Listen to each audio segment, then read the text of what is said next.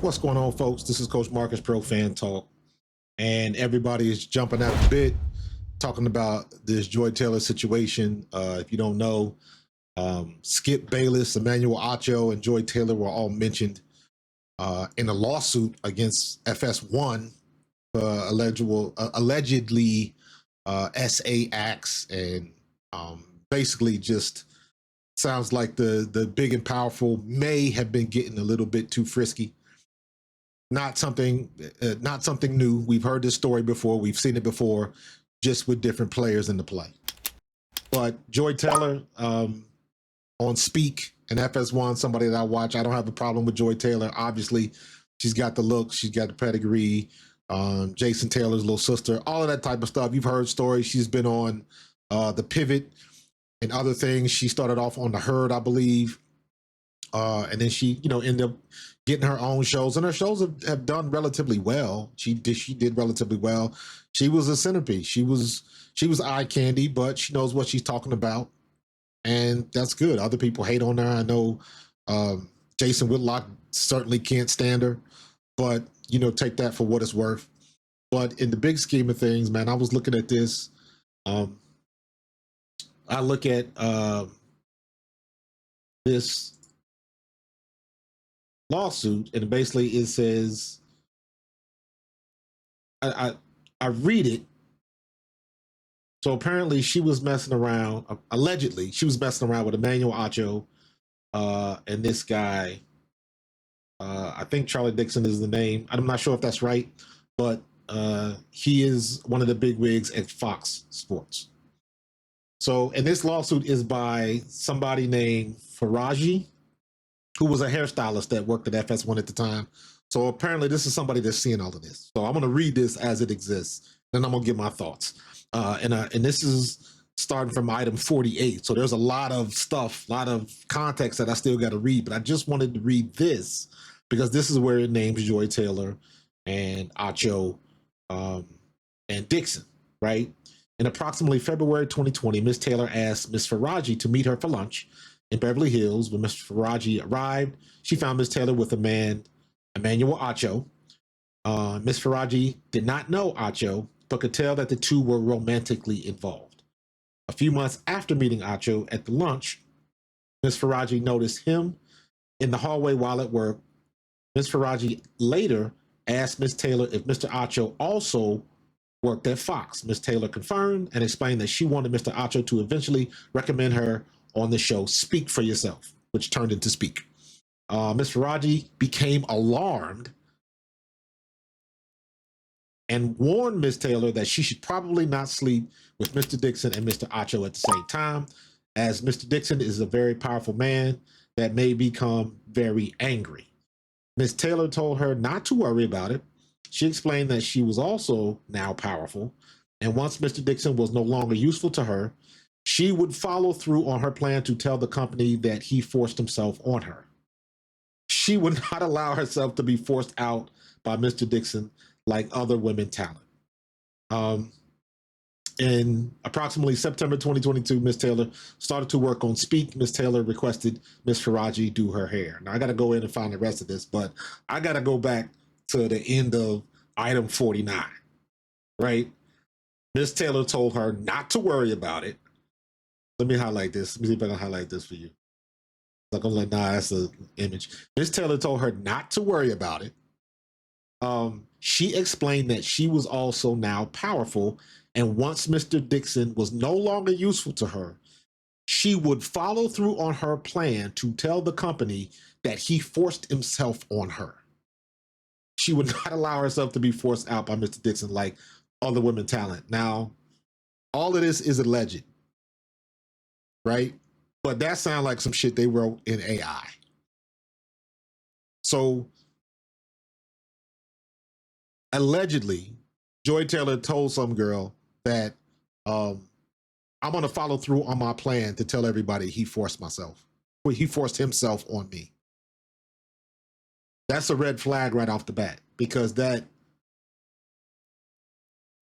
maybe I'm naive, but who does that? And let me say it like this again, maybe I'm naive, but I'm sure some people have done that. I'm sure some people have accused people of things that weren't true. We all know how that sausage is made. No pun intended. But I'm like, come on, man, you putting that like that's very direct and like that don't to me that don't even sound right. But again, this is all allegedly, right? This is all allegedly, and not to mention, if you saw this, and here's my thing, regardless, right or wrong, why you in grown folks' business? If she bringing you along for the job, if it's not affecting your money, why you in grown folks' business? So, regardless of what was going on between Acho and Dixon and all of that kind of stuff, and it's funny in situations like this, Dixon's name surely isn't getting drugged through the mud. It's only Joy Taylor's. So if she allegedly was sleeping with execs to move ahead in her career, why they dragging her through the mud, and why they ain't saying shit about the execs? Were the execs married? Were they in other relationships? How come they ain't saying nothing about them? It's always, you talking about, because most of the stuff that you see on social media now is talking about who? Joy Taylor and Emmanuel Acho. They don't say nothing about much about Dixon. Now we looking at the isms. You know what I'm saying? Now we looking at the isms. So just a little flaky to me, and it'll be interesting to see what they say about this tomorrow on the shows, if they even come on the shows. Are they going to take a break and lawyer up and do what they got to do? Is this a situation where somebody jealous is watching somebody else get their success, regardless of how they do it?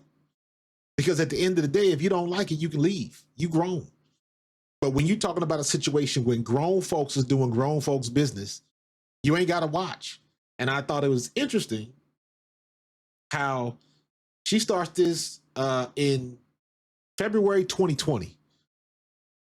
And then you go down to September 2022. So you mean to tell me for 2 years, you was watching, never partaked, never benefited for any of this stuff like that?